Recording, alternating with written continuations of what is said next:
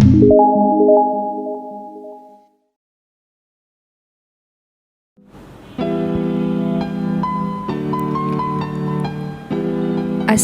আলাইকুম ভিউয়ার্স, ঘরের খাবার রেসিপিতে আপনাকে স্বাগতম। আমি লাকি আলী। আজ আপনাদের জন্য নিয়ে এসেছি গরুর পায়া দিয়ে নেহারি। অবশ্য ঈদ স্পেশাল এই মেনুটি আশা করি আপনাদের সবার কাছে ভালো লাগবে। আর ভালো লেগে থাকলে ভিডিওটি অবশ্যই শেষ পর্যন্ত দেখবেন। আর হ্যাঁ, এখনও যারা আমাদের চ্যানেলটি সাবস্ক্রাইব করেননি, প্লিজ আমাদের চ্যানেলটি সাবস্ক্রাইব করে দিন। নেহারি পছন্দ করে না এরকম লোকের সংখ্যা খুব কমই পাওয়া যাবে, যদি কিনা হয় সেটা ঘরের তৈরি আর স্বাস্থ্যসম্মতভাবে।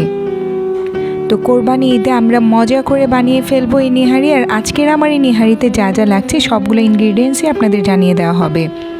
তো চলুন দেখে নিই আজকে আমার এই নেহারির তৈরিতে কী কী লাগছে। প্রথমেই নিয়ে নিচ্ছি 2 টেবিল চামচ আদা রসুন বাটা, 3টা দারচিনি, 4-5টা এলাচ দারচিনি আর 4-5টা লং। আমি গরুর পায়াগুলোকে ভালো করে ধুয়ে বেছে তারপর অনেকবার ধুয়ে নিয়েছি। এরপর সব মশলা দিয়ে এখন আমি অ্যাড করে দিচ্ছি লবণ, 1 টেবিল চামচের একটু বেশি আছে এখানে। এরপর অ্যাড করে দিব 1 চা চামচ পরিমাণ মরিচের গুঁড়া। এখন আমি অ্যাড করে দিব পর্যাপ্ত পরিমাণ পানি। এই পানিটুকু দিতে হবে যেন নেহারিটা সেদ্ধ হয়, আর অনেকটুকুই দিতে হবে যেন পাগুলা সবগুলোই ডুবে থাকে, কারণ এটাকে সারা রাতের জন্য আমাকে কুক করতে হবে। আর যদি প্রেসার কুকারই হয় তাহলে খুব সহজেই 3 থেকে 4 ঘন্টার মধ্যে হয়ে যাবে নেহারি। এরপর এরকম বলক চলে আসার পর ঢাকনাটা খুলে দিলাম।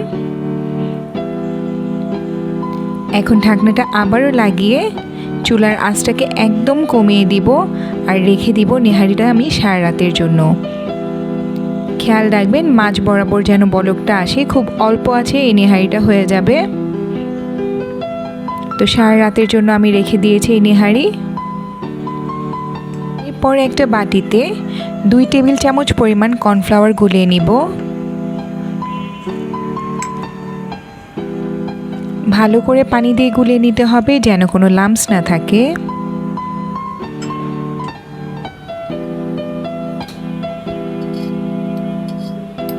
এরপর আমি এই কর্নফ্লাওয়ার গোলানো পানিটা নেহারিতে ছেড়ে দিব। আর দেখতেই পাচ্ছেন আমার নেহারিটা শুকে কতটুকু হয়ে গিয়েছে, অর্ধেকই শুকে গিয়েছে। আমি একটু ঘন পছন্দ করি, তাই নেহারিগুলো আমি একটু ঘন করে রান্না করেছি।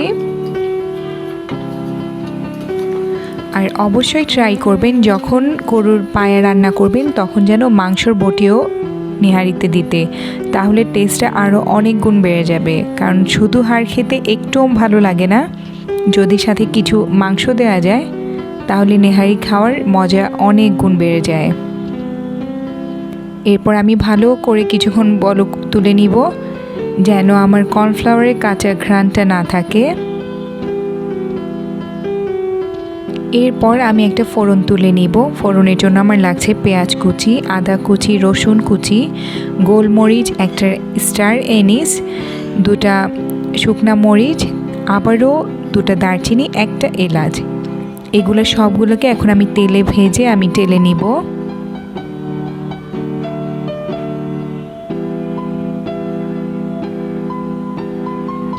এখানে দিয়ে দেওয়া হচ্ছে 1/3 কাপ পরিমাণ তেল, কারণ বেশ খানিক তেল আমার নেহারিতে উঠেছে, এটার জন্য আমি কম করেই দিচ্ছি। এক এক করে সব মশলা এখন আমি দিয়ে দিব।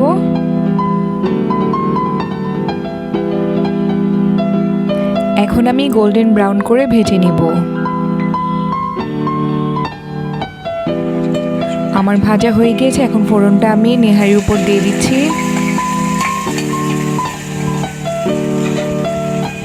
এখন আবারও নেহারিটা চুলার উপর রেখে বলক তুলে নিব।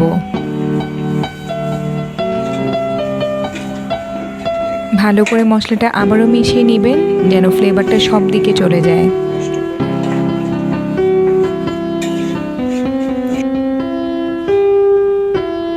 এরপর আমি অ্যাড করে দিচ্ছি ধনিয়া পাতা কুচি, দিয়ে দিচ্ছি কাঁচা মরিচ। এই তো আমার নেহারি রান্না শেষ আর সার্ভ করে দিয়েছি সার্ভিং ডিশে, আর আপনাদের জন্য নিয়ে এসেছি। কেমন লেগেছে অবশ্যই আমাকে কমেন্ট বক্সে জানাবেন, আর আমার রেসিপিটি অবশ্যই ট্রাই করবেন। আমি তো এই নেহারি রান্না করে অনেক প্রশংসা আর ভালোবাসা কুড়িয়েছি। আশা করি আপনারাও আপনাদের ফ্যামিলির কাছ থেকে এরকম ভালোবাসাই পেয়ে যাবেন। আমার নেহারিটা একবার হলেও বাসায় ট্রাই করবেন আর কমেন্ট বক্সে জানাতে ভুলবেন না।